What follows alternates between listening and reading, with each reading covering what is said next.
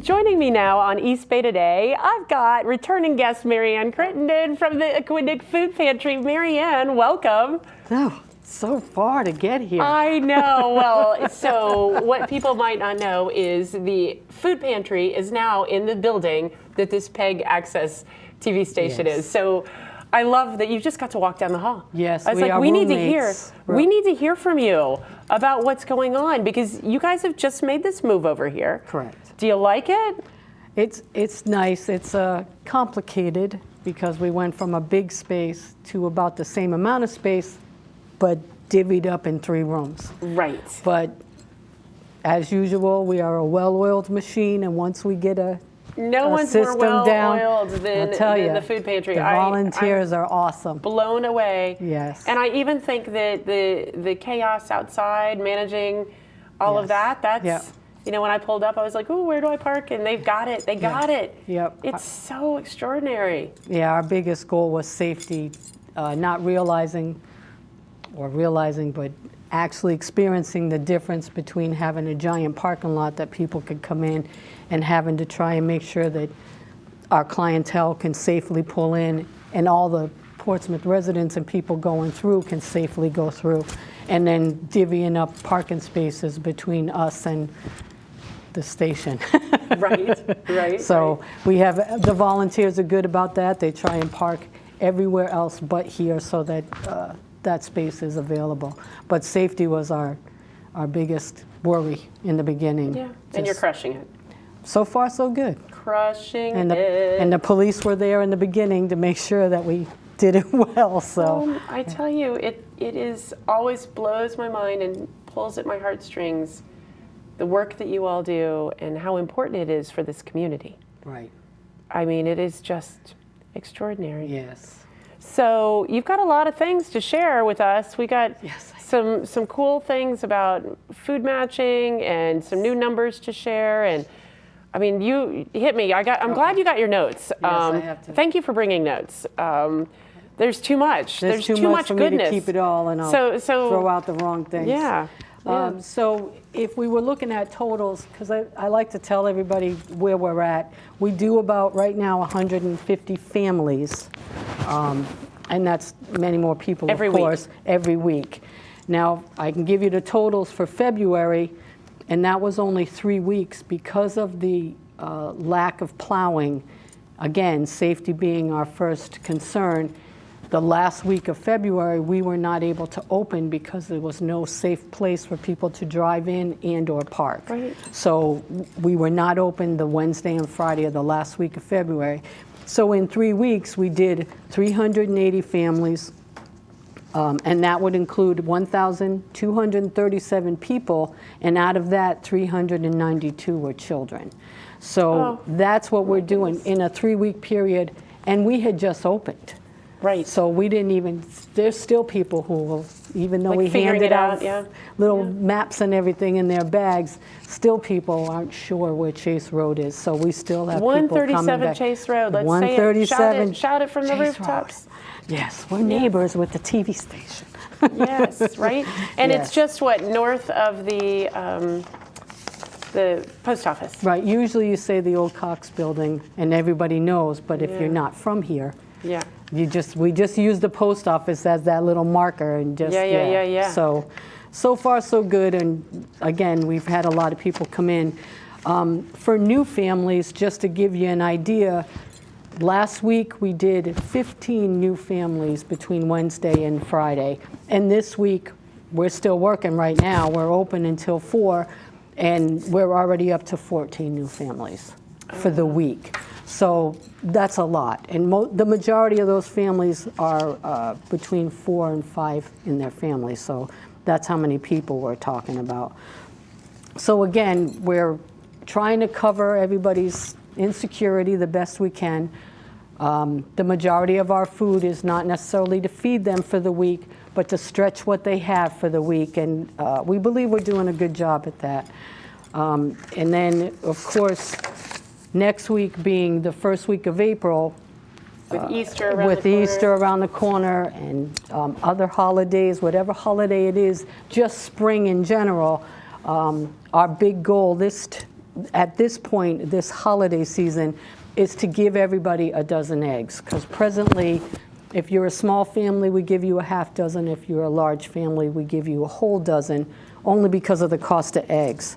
So for the Aquidneck Food Pantry, our goal was to make sure we could give everybody a whole dozen eggs next week. And by accomplishing that, yes. Can we have a little applause for that? Yeah. Better yet, let's applaud the Portsmouth Business Association, because when we put out our drive, we had people step up, and we had John Vitt, who gave us 20 dozen, and Atria gave us 20 dozen. Clements Employee Food Drive, they gave us 40 dozen. ESHI Builders gave us 20 dozen. Two Gal Cocktails gave us 20 dozen. And we were aiming for about 200 families. That's usually what we do during a holiday week of distribution. So we're almost there. So we will go out and buy more eggs. And thank you to all those people. It's awesome. You know, I tell you, you're the biggest thanker. Of all the people I host, there's nobody that thanks people more than you, and I freaking love that. Yep. And you come with your list, and you're like... Got to make sure we give the kudos out. Right? Yes. When we put it out there, that's what we got, I'm gratitude, telling you, the residents of Portsmouth, as soon as something goes up on Facebook or anything, they come running with checks or money or donations or snacks for the kids or whatever it is we need. If Ann, the vice president, puts that out there on Facebook, or Marcella, who's also on the board with the Portsmouth Business Association, they put it out there, and the residents of Portsmouth and the businesses of Portsmouth come running to help us, and it's amazing. It's amazing. That's my count on humanity. I know. We got to count on humanity, right? Because it's so hard right now. Can't give up. Can't give up on humanity. It's so hard. So yes. So just drive through Portsmouth and you'll get your count back, right? Yeah. The other thing that I did want to mention is the 401 Gives is coming up in April 1st, and it actually starts at 6 a.m. on the 31st of March, and then it ends at 6 p.m. on the 1st of April. And you can get to the 401 Gives donation through our website, which is aquidneckfoodpantry.org, or our Facebook, again, Aquidneck Food Pantry. 401 Gives, you'll see it coming through in your mail for other organizations. We're just throwing it out there. If you could help us, that would be wonderful. We got in at the end last year, right at the end, throwing it out there. So we did get money last year, and we're hoping that if it gets out there, enough people will help us out. Well, that's such a fantastic program through the United Way, and they support all nonprofits, and it's just a great way to support your favorites. Right. And the ones that are most in need. So, yay. I just figured I'd come up and look really sad, so you could pick us. We're on to you. We're on to you. I love that you're down the hall. I hope you come in like every week and we just do a little update. Okay, because I got the numbers. Okay, hit me. And the last thing, or that I wanted to at least talk about, is Robin's Egg, which is the children's consignment and other shops for children. I'm sorry, I'm not familiar exactly with everything they have there, but they're having a food drive from now until April 1st, and whatever is dropped off and or donated to the food drive, they are going to match whatever you guys give when you're walking by. They're going to give the same thing, so they will match all the food donations that or monetary donations, I'm sure, that you donate at the store. They will match it, and they will bring it to us by April 1st so that we can hand it out for that first week of April in order for the holidays week, for lack of a better term. That's Robin's Egg. Robin's Egg, yes, at 1016 East Main Road. Okay. Amazing. Yes. What else? Did you get it all in those notes? I do believe. Well, all right. I'm going to expect you back next week when we film again, and we'll have some more updates and everything. Yes. Thanks for all the work that you do, and the whole team. It's really special to be here and almost hear it happening down there, and It's so cool. Yeah. No, they're doing a great job, and our volunteers are awesome. And again, and you live and breathe this. You're doing this. I feel like I've known you now for years. Yeah, it and does, it's like, seem that this way, is doesn't your it? jam. Yes. Yeah. Yep. We do a good thing. Yes, you do. And we do it with a lot of people's help. So there's a lot of people that care a lot. So we're very blessed here. We really are. Yeah. Portsmouth is a magical place. It is a magical place. I'm telling you, I can write it down.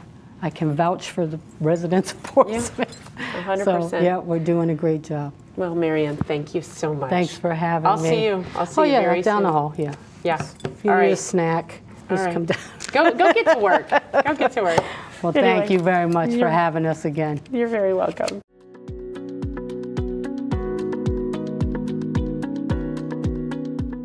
Joining me now on East Bay Today, I have Deb Estrella from the Tiverton Public Library. Deb, welcome to the show. Thank you, Connolly. It's great to be here. And you are the head of adult services? Yes. Am I getting that right? Yep, I'm the adult services librarian, which means that I coordinate all of the adult programs at the library, and I also do our public outreach. I cannot wait to talk to you because it just is so exciting, all the things you have going on. So we'll get to that. But first, let's just introduce you to our viewers. And I mean, how long have you been in this position? And do you love your job? I bet you do. I would love to have the job that you have. I do love my job, and we have a great team. I've been at this library for 7 years. Really? It was a career change. I was a freelance editor in a training space for many years, but decided I wanted to apply my training skills and research skills to something more tangible and helping the public. So I went back to school and got my master's. Community building, I'm Yes. sure it feels like that, right? Absolutely. And it's great to meet with people face to face, check out books, visit with them, see what they're doing, and bring them the resources. How'd you choose Tiverton? It was where I landed, and they had an opportunity to do programs and really engage with the community, which I was excited about, and here I am. Oh my gosh! Well, it's such a fantastic library. We've had guests from your library on over the years, and it's just so neat. So let's give the lay of the land. What's happening in the adult programming space there? Yeah, so in addition to our great materials, our books, our movies, our DVDs and so forth, we've got a lot of great adult programs, from craft programs, art programs that meet regularly. We've got a great Library Foundation speaker series with really top-notch speakers every month through Give August. Me any examples? So forthcoming, we have Ambassador Chris Hill, who is the former U.S. Ambassador to Iraq. We've got, yes, Jeremy Grantham, who's a respected and influential voice in global investing. So we've, thanks to donors for our foundation, we've got some great speakers coming up. I didn't even know you had this speaker series. For sure. We also have some history programs in honor of the 250th anniversary of the country. So we've got Fred Zillian coming to speak about Nathaniel Greene and his wife Katie and their relationship, and especially her life during and after his life. And that's in honor of John Fitzgerald, a former staff member who passed away. We've got a partnership with the Tiverton Arts Council where we host a film once a month around an artist or an author. This month we're going to be talking about Jane Austen and the film Becoming Jane. So we watch the film and we talk about it. Oh, how fun. Yeah. And we've got our big event next Saturday. It's going to be our Spring Garden Expo. I think it's our 4th annual expo. Is this April 4th? Am I getting April 4th, yes. Okay. So we're going to have URI Master Gardeners there doing soil sample testing and giving advice. We're going to have organizations from all over the region, from the Audubon Society, the Tiverton Farmers Market, all kinds of organizations, family activities, free seeds. So it'll be huge. It'll be library-wide. So we're excited about that. That sounds amazing. Wow. All right. So all of this is in adult services. Is there more? There is more. I do want to point out. Sorry for my cough. No problem. Thanks to our children's department who put in for a special grant. We are one of 3 public libraries and 3 schools in the country that is hosting forgive me for checking my notes. I want to get this right. Please, everybody brings notes, and you should, because there's so many things. I don't know how you remember it all. So we are hosting an 1823 William J. Stone engraving of the Declaration of Independence. Wow. That is thanks to the Foundation for Art and Preservation for Embassies and Crayola Learning. We got a lot of Crayola supplies in celebration of the 250th. And you're just one of 3 libraries in the country? And 3 schools, so we are actually kicking it off. We got the Declaration in February. It is on our wall in the library, and we're going to be hosting it through July 7th. How big is it? It's big. Really and big, you can see the signatures, and it's beautiful and really an incredible piece of history. Gosh. So we encourage folks to come and check it out. Oh, absolutely. How long will you have it? Through July 7th. Okay. Yes, we'll have a good long time. Okay. Wow, that's amazing. Yeah. All right, so that was through your children's services. There's so many cool departments in your library, and for sure. So when you came in, you went right into adult services. Right into adults, yep. And we have a great team. We have our children's department. They do story times for all different ages. They have art programs, STEM programs. During school vacation week, they make sure they have something every single day to keep the kids occupied. We have an active teen department that does craft programs, art programs, lots of creative writing, film screenings. So we make sure that we have something for the whole range and the whole family. Yeah, and I'm sure you have all sorts of cool technology at the library, right? For sure. We also have a technology coordinator who teaches all of our technology classes. In the month of April, every Tuesday she's going to teach a class on how to use AI for improving your health and wellness, from creating recipes to tracking your fitness. And she also does one-on-one technology classes. So if you ever have a question about any type of technology, you can make an appointment with her. As we all do, right? Absolutely. Oh my gosh. It changes constantly. So she's always there to do one-on-one appointments with folks. Okay. Yeah. Well, so what's the next thing you're going to? Do you go to all the things that you're planning, or is that physically possible? It's not physically possible, but I do as much as possible. We've got a craft program on Monday that's full up, where we're having Stacy from Pocket Needle Felting is going to teach us how to make a sweet little sleeping bunny.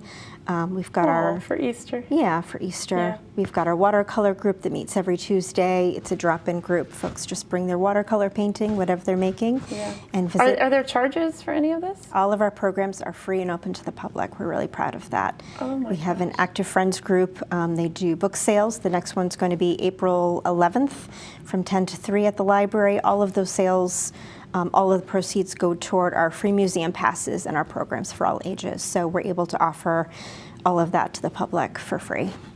Oh my gosh, that's amazing. Well, it sounds like you have the best job in the world. It's not bad. Yeah. Well, what else do you want to cover? Oh goodness, what else do we have? We've got an exciting new Pokemon club in the children's department with Miss Jen. That's starting tomorrow, but she's going to have it every month, and kids are going to trade cards, and I'm not sure what they do in Pokemon Club, but yeah, I think my kids did that. Okay. They're now 18 and 20, so they're not doing that anymore. But I remember when that was hot.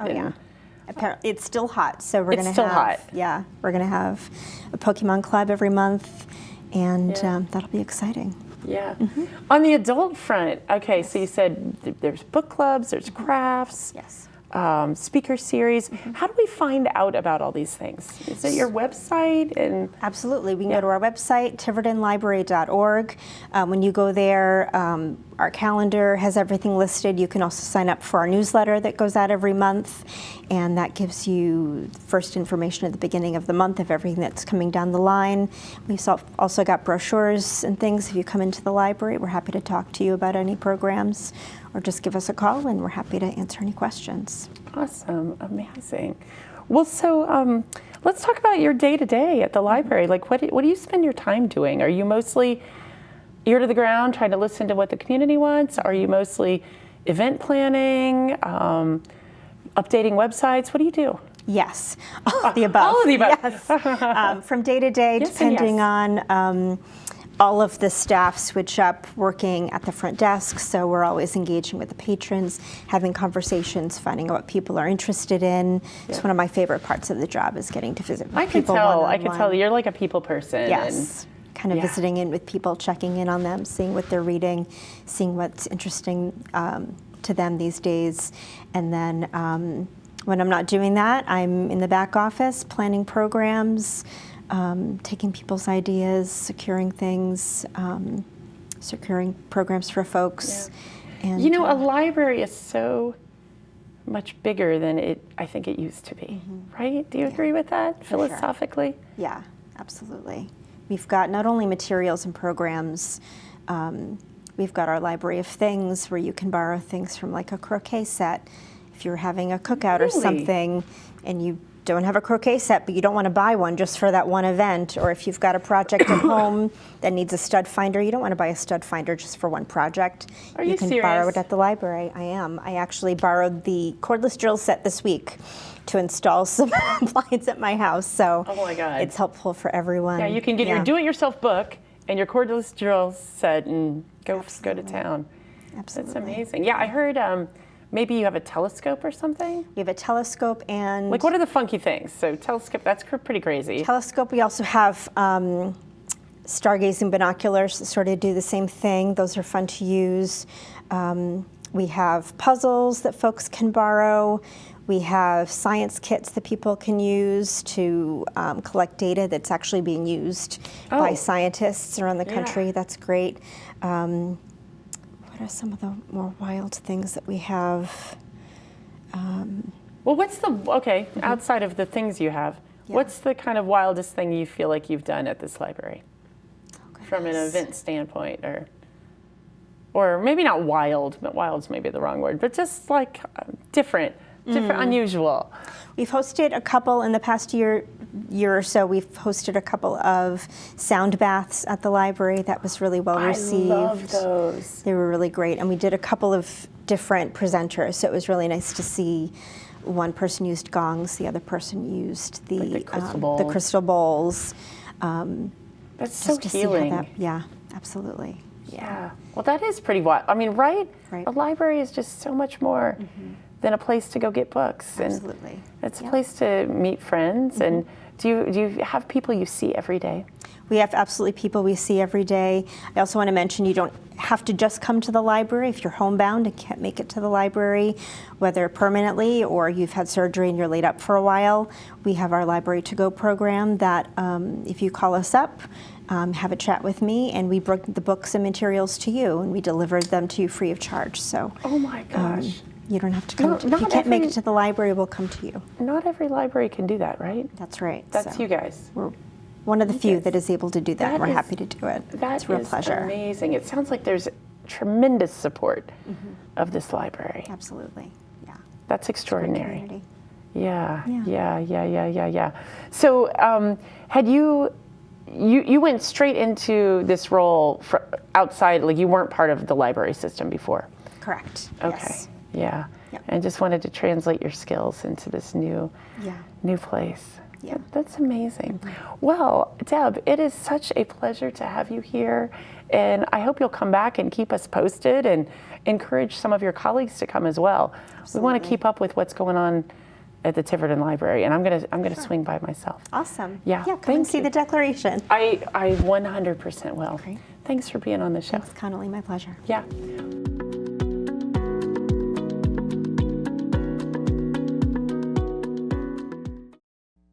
The Dr. Martin Luther King Jr. Community Center is located in Newport, Rhode Island. Our mission is to nourish, educate, and support Newport County residents to improve their social, economic, and physical well-being. For more information, please visit our website at mlkccenter.org.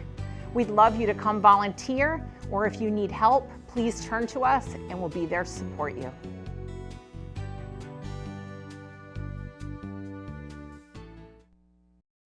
The Newport Navy Choristers is a local choral group associated with the military that raises money for local 501c3 organizations. If you would like to join us on our journey and learn more about us or become one of our sponsors for a concert to benefit your organization, please visit us at www.newportnavychoristers.org.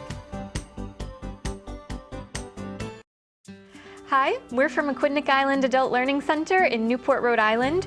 We're looking for students and volunteers for our many classes, including GED, English as a Second Language, nursing assistant, phlebotomist, med tech, medical technician, apprenticeships, computer skills, and lots more. Please contact us if you'd like more information. Thank you.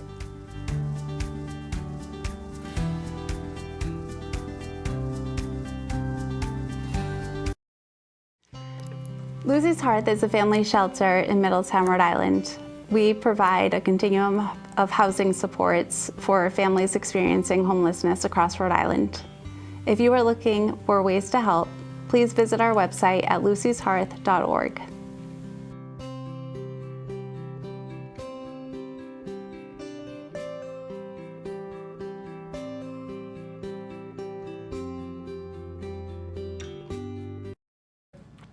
Thanks for joining us on East Bay Today. We'll see you next time.